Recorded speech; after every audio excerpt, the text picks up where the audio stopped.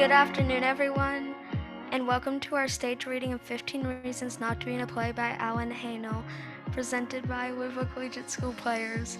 Our play runs approximately 15 minutes and is presented by Special Arrangements with PlayScript.com. The Louisville Collegiate School Players are dedicated to presenting relevant and entertaining theater that applies to a wide range of people. We are also dedicated to better our technique and ability as actors and technicians. Today's show is completely student-run, and with that being said, I will turn it over to our actors who want to share. We are not here to run a play. If you came to see a play, it sucks in you. We believe that putting on a play is a bad idea. A horrible idea. A rotten idea. A putrid, sticky, slimy, greenish liquid oozing. You'd rather kiss your brother full on the mouth than have to deal with this idea. We aren't gonna do it, period. So don't ask. Don't plead. And whatever you do, don't beg. It makes us sick. But we are out here, and you may wonder why. We're out here with a message. We're out here with a warning. We're out here to teach you 15 reasons not to be in a play. Reason number 1. Plays suck. Reason number 2. When you were in the second grade, you had a teacher named Miss Griswold. She was older than God and smelled like stale coffee and gym socks. When she came in every morning, she said, Now, students, pay close attention. Focus, focus, focus is the key to success. she invented amazing methods of torture using popsicle sticks and construction paper. She showed perfectly normal questions into sadistic games of chance that you would always lose. Miss Griswold, can I go to the bathroom? I don't know. May you? What? May you go to the bathroom? That's what I'm asking. Can I? I am assuming that you can, but I don't know yet if you may. Miss Griswold, I really have to go. Then you can go. Thank you. But not until I have given permission. You just did! By that time, you had either made a puddle on the floor or you had run out of the room in desperation. A crime which you paid by writing, I will not run out of the room in desperation 7 million times on the blackboard, with her breathing on you until you got it done. Miss Griswold. Miss Griswold. You had Miss Griswold and she decided to put you in a play. You were only in second grade, still in your formative years. The play was about loving the earth, and you spent weeks with your hands in paper mache trying to put together the props and costumes. Only 7 years old, and so terribly impressionable. It was a play Miss Griswold wrote, and it had lines in it like, If we don't get busy and plant all those seeds, the earth won't be able to meet all our needs. No, Emily. Put more emphasis on the word needs. I want you to really experience that word fully. Do you understand? Say needs. Needs. Say it like you mean it. Needs. Say it like it's the most important thing in the world for you to do. Say needs. Needs. Emily, say it as if I'm gonna take you home and throw you into a hot oven if you don't. Needs! Much better. you were small for your age. Everything was so intimidating, especially Miss Griswold. Miss Griswold. She made you put on a tree costume and it itched like you had lice all over your body. When you tried to turn your head, you faced the inside of the tree and you couldn't see. Remember now, how are you gonna say needs? With feeling, with passion. I don't want to go in your oven! Stop crying. We're about to go on. Now, where's the head of my broccoli? Miss Griswold, I can't. Quiet. We're about to start. You felt tiny and inconsequential in a huge, overwhelming world, and she shoved you into a tree from which you couldn't escape. You could barely walk because the tree trunk was so small. You had to take tiny steps just to keep your balance. Only 10 minutes into the play, Jessie Gibbons, who was dressed as a skunk, bumped into you. You fell. At age 7, in second grade, you toppled down, and your short, unhappy life flashed against your eyes. You lay on the floor for the rest of the play because your arms were trapped at your side. Miss Griswold was whispering frantically from the wings. Keep going, you little delinquent. Don't you dare stop. You got an audience out there. No child should ever endure such trauma. No one stopped the play to help you.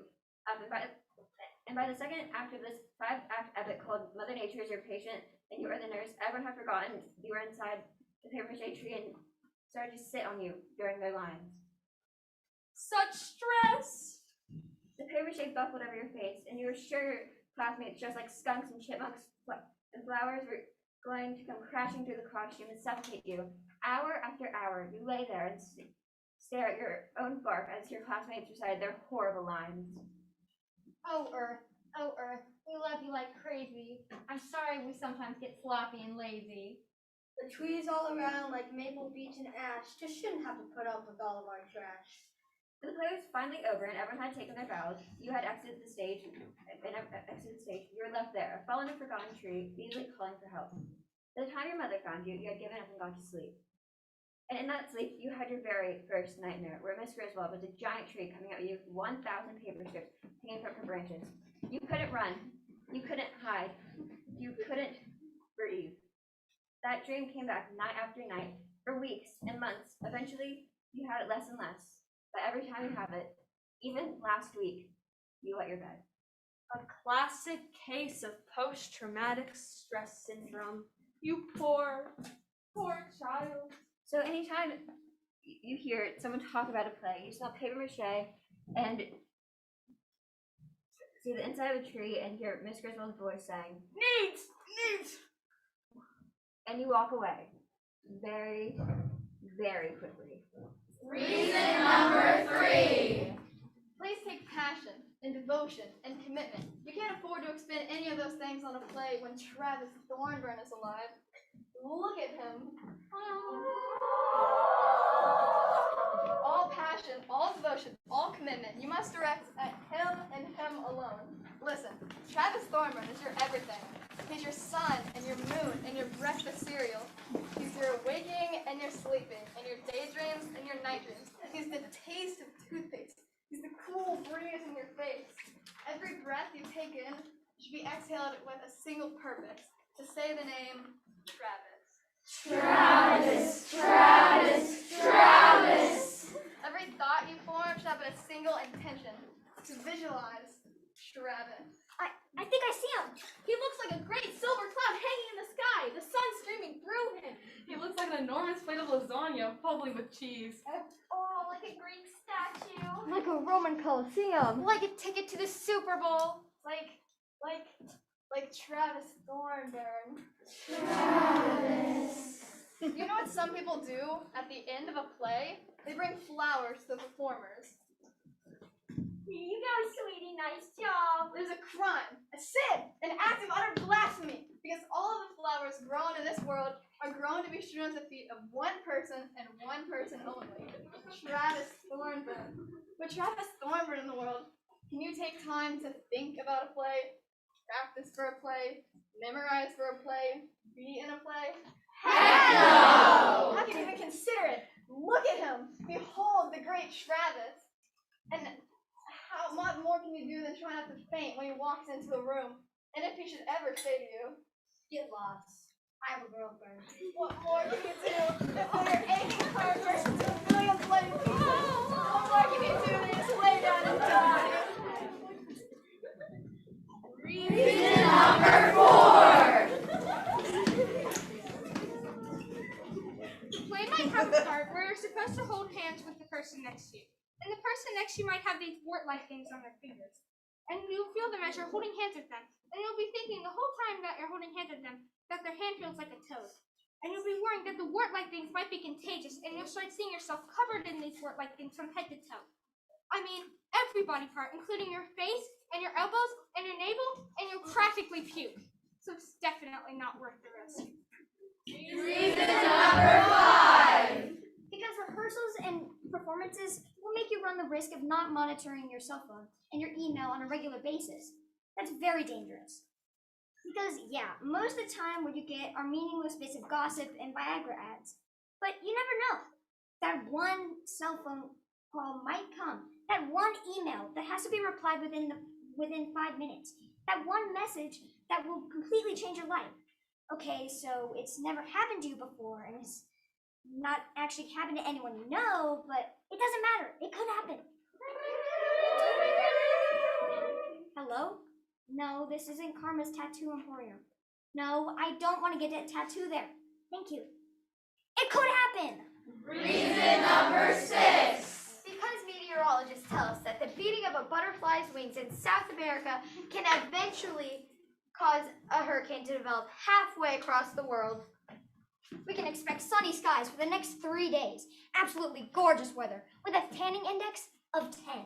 Our weather right now is dominated by a sweet and generous high pressure system that should keep us happy for a good long time. Putting on a play with all its lines and movements and all will generate a significant amount of wind and hot air. By consulting the National Bureau of Weather Predicting Guides with their numerous large computers and clipboards. If we take the barometric pressure and divide it by the average rainfall of the 8th most arid region of the Sahara Desert, And we take the inverse proportion of the geometric idiosyncratic quadratic equation, And 2 plus 2 equaling 4. I think it's going to be a nice day. And consulting with all the old people sitting on the park benches gumming their tuna fish sandwiches. Simon, you remember back in '54 when we had that big hailstorm that blew the roof off of old Evans' place? That wasn't in 54, you ninny! That was in 58. 54 was the year we had the ice storm that took the tree down next to the turpentine factory. Well, all I can tell you is we're gonna have good weather for the next couple of days.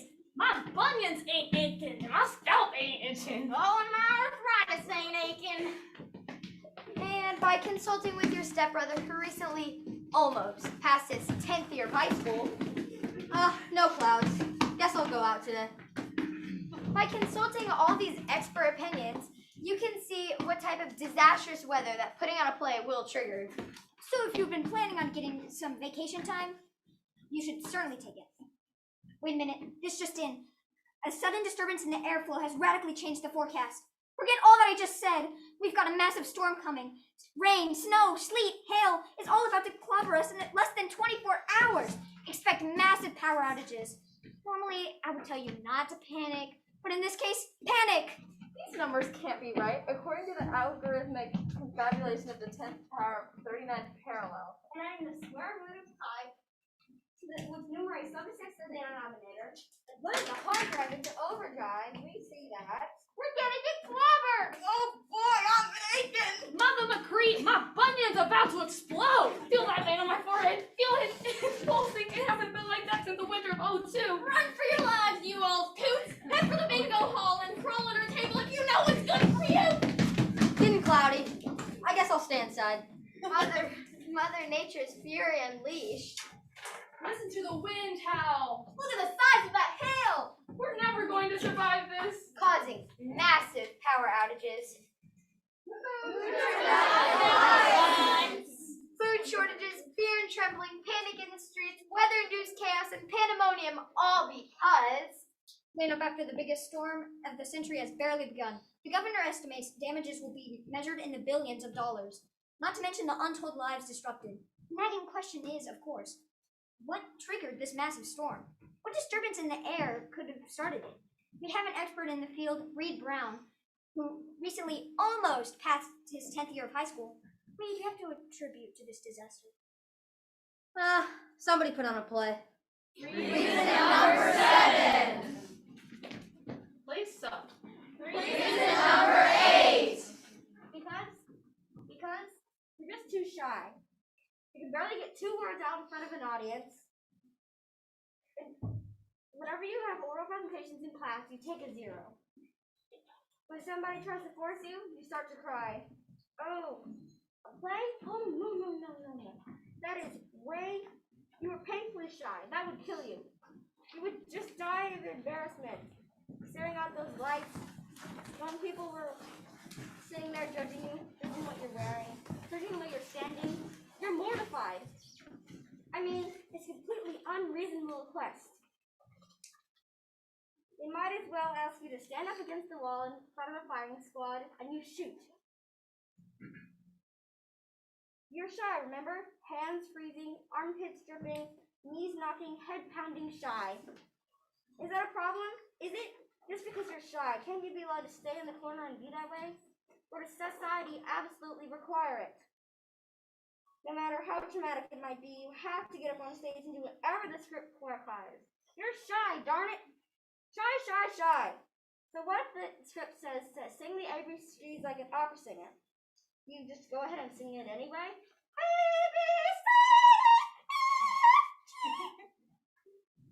It's way too much to ask for a shy person. If the script tells you to grab some strange guy and hold him close to you like it's your favorite teddy bear, and if it commands you to stroke his hair and grab his shirt as if you can't live without him, are you supposed to do that? No. If the script calls for you to kiss him passionately, No, I'm saving myself. see, he's too shy too.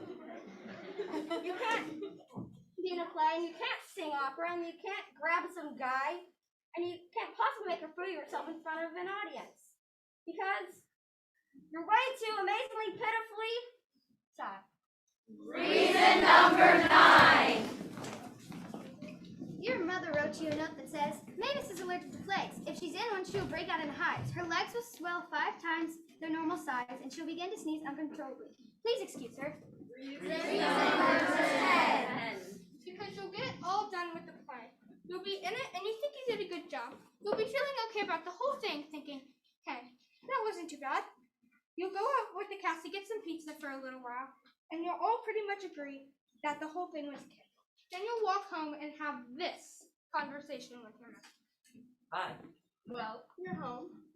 I'm home. You're a bit later than I thought you'd be. The pizza took a long time. You had pizza? Yeah? I hope you didn't have any pepperoni. Yeah. Yeah, what? Did you have pepperoni? I don't remember. You did! I don't remember. If you're telling me you don't remember, then you went ahead and had the pepperoni, which always gives you gas. Okay, so I had the pepperoni. I'll try not to get the gas. It doesn't make any difference if you try or not. You'll get it. You won't be able to help it in your sleep. Okay. I'll shut the door. Like, that'll help. You'll just bottle it up all night, and when I open the door in the morning, I'll be killed. It's not that bad. You should not eat pepperoni. Promise me you'll never eat pepperoni. It's not good for your system. I promise. So, how'd you like to play? Oh, it was good. How'd I do? You did just fine. And? And what? You might as well go ahead and say it. Say what? Say what you didn't like about it. What you didn't like about my performance. I didn't say I didn't like anything about it. I said it was good. I said you were fine. What's wrong with being good and fine? Your good and fine always has a but attached to it.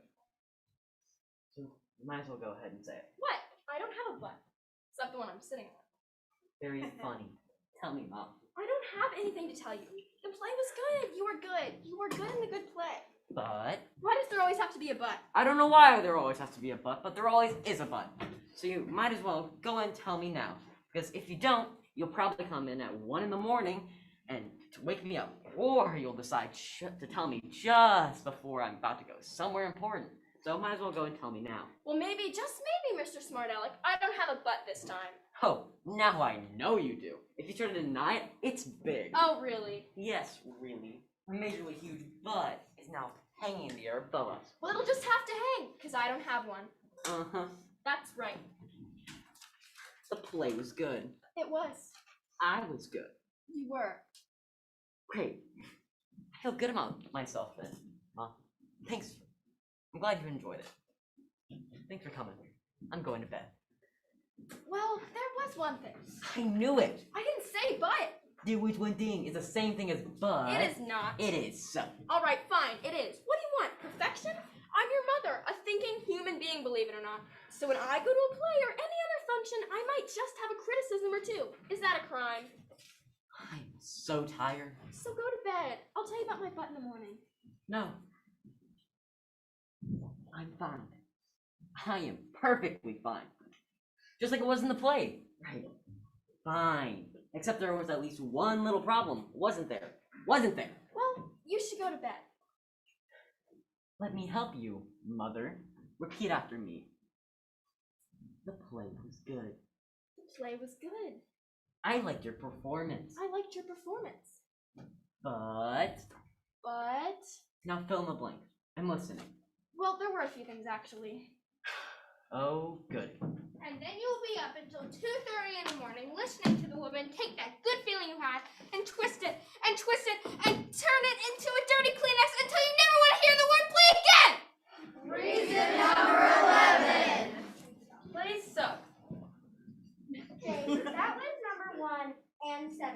Can't you tell us anything more? Yeah, plays suck a lot. Could you be more specific? Want me to be specific? Okay, I'll be more specific. Plays suck because they're full of. This monologue has been reviewed by the National Script Board and found unfit for adolescent consumption. And you can take that play and you can shove it off your. If you wish to read the unedited version of Jake's monologue, you can find it on the net at www.playsuck.edu. Thank you. And that's why play sucks. Reason number 12. Because you've got a little sister, 3 years old. You watched her last night when your mom was trying to get her to eat with her teeth. Come on, sweetie, eat the little green things. They're good for you. No. You like peas. You ate them all up last time. They'll make you go big and strong. Here come the peas, honey. Open up now. No. No. No. No! What's the matter? Why don't you want the peas? I don't want the yucky peas. They're not yucky. You like peas. Why won't you eat them? Don't wanna. You have to have the peas if you want some dessert. Don't wanna. I don't want the yucky peas. No. You watch your little sister throw a bit over the peas, and you thought, that's a beautiful thing. No reasoning, no logic, just pure reaction. Honey, why are you doing this? I hate peas. I hate them. You think, wow, wouldn't that be nice to go back to that way of thinking? Somebody comes to you and asks you to do something, and your first thought for no reason at all is, I don't wanna, and you go with it.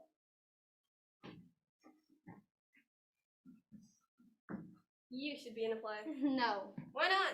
Don't wanna. But it'll be good for you. You used to like being in plays. It'll help you go big and strong. No. Why not? I don't wanna, because I don't wanna. That's no reason. Don't wanna. Everybody, Norma's being completely unreasonable. Come on, let's be in a play.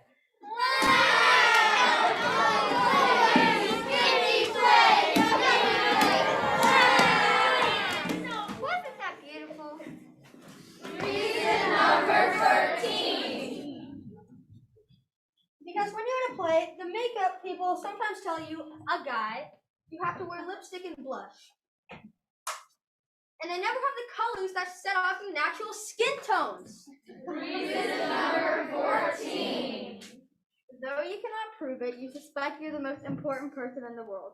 Though you don't know why, you suspect that you're surrounded by spies and assassins whose only mission in life is to eliminate you. Everywhere you go, you catch them scurrying around, watching you, observing you every moment of the day. Though you cannot prove it, you have heavily suspect that if you should let down your guard for 1 minute, the silent, stealthy army of enemy infiltrators should catch you unaware and take you down. The consequences will be dire. Not only will your family suffer, but your community, your state, your nation. Your elimination will create a massive domino effect that will lead to the demise of the entire world economy. People will live on the streets and beg for scraps of food the world over if you are not absolutely and completely careful.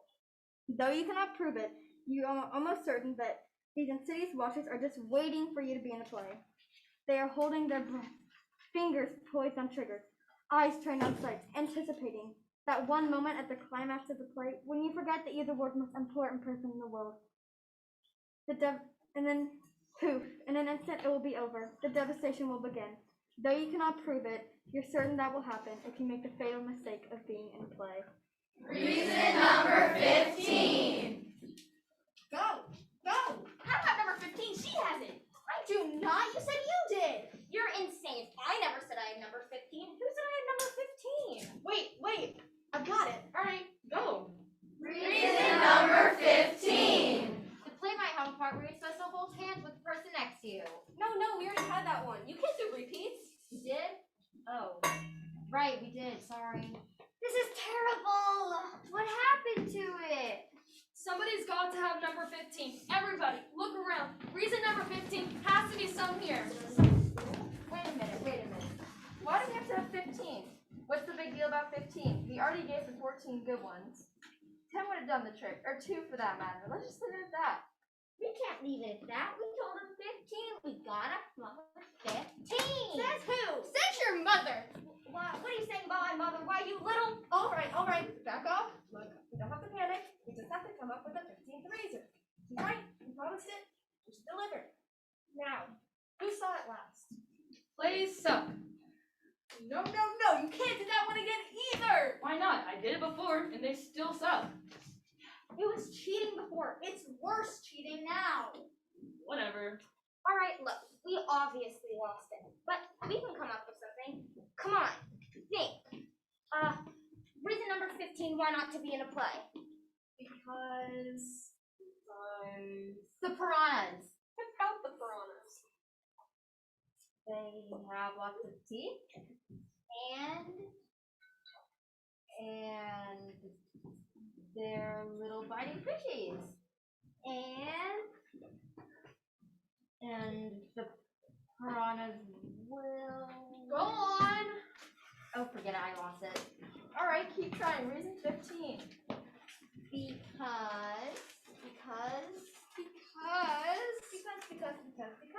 Because of the wonderful things she does throughout the season. Sorry, I love that movie. Can we please concentrate? Oh, because plays are ordinary. I mean, that sounds like reason number 15 to me. Go on. Yeah. I mean, everyone does it at one point or another, right? I hear you. Yeah, like whether it's in like kindergarten or second grade or high school. I mean, somebody gets you to do it, right? That's right. Happens to all of us. So if everybody's doing it, why should you? Oh yeah, now you're cooking. You're an individual. Sing it out now. You're not a sheep for herding. Oh no, that's right.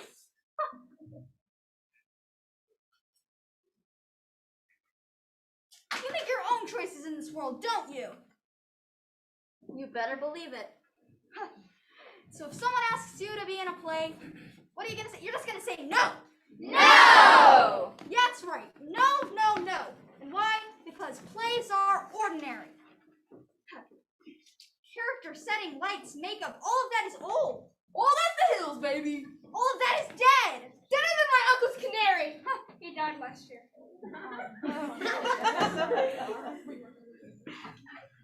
You want something amazing? You want something new? You try this. You try getting up in front of an audience and you try telling them, hey, we're not going to put on a play. In fact, we're going to spend the next half hour telling you exactly why we're not putting on a play. And you, my friends, are just going to have to love it. Wait!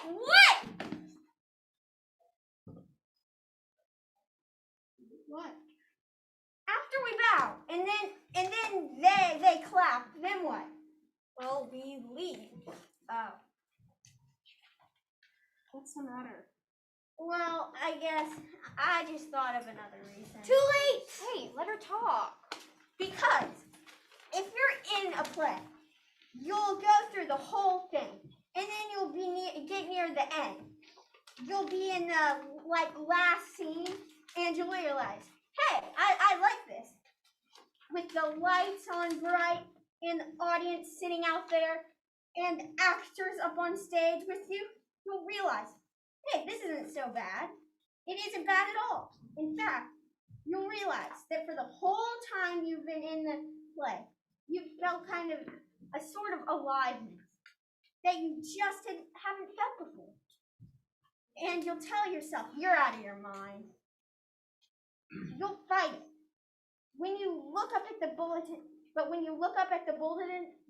board and you see the next edition note, you'll think, nah, no way.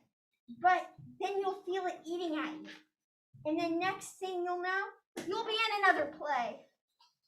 And another, and another. And one will barely get over before the next one. The feeling itching will be in the next. You'll be addicted.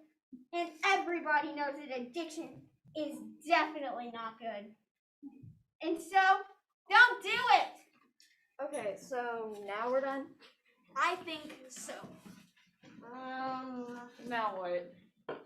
Well, before we only had 14 reasons, and that was a problem. But now since Gina added her bit, we have 16.